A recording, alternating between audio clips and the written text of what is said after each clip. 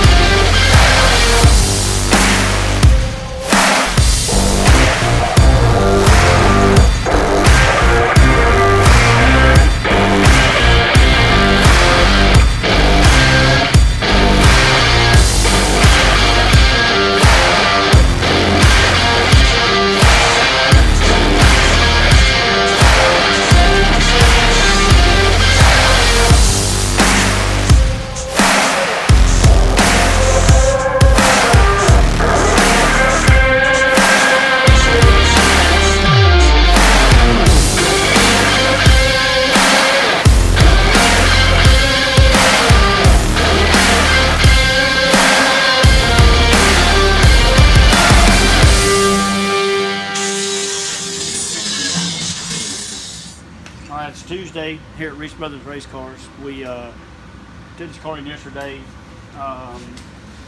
Actually, we got it Friday. Started on it yesterday. Come in for a radial conversion, big radial conversion. We upgraded the shock to a Memphis 4.5-inch monotube El Diablo series Memphis shock.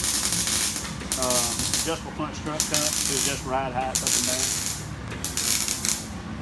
We're making a rack to send the 57 to powder coat. They had some clearance issues with the Liberty transmission. We modified the driver's side frame rail, made some transmission clearance, shortened the containment tube for the 4-speed, and we've got the shocks off. Waiting on the rear.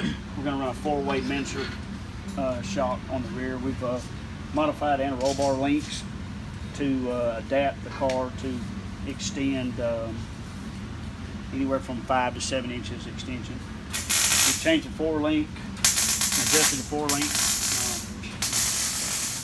Also modified the gas pedal. When we moved the frame rail, we shortened the steering column to get it lower. So we came down and to take a lower approach beneath the header on the outside. By shortening the steering column, we had to redo all of the gas pedal mount.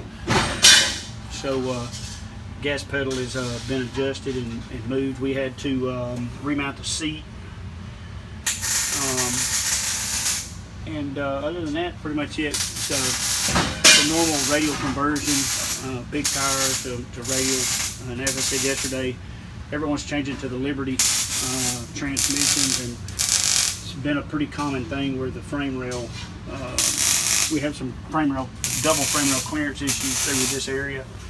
So what we did is we just sectioned that frame rail. We normally put a sleeve, internal sleeve within that, you know, to strengthen where we've spliced the pipe. Double frame rails, pretty much the only thing that we do that way within the car.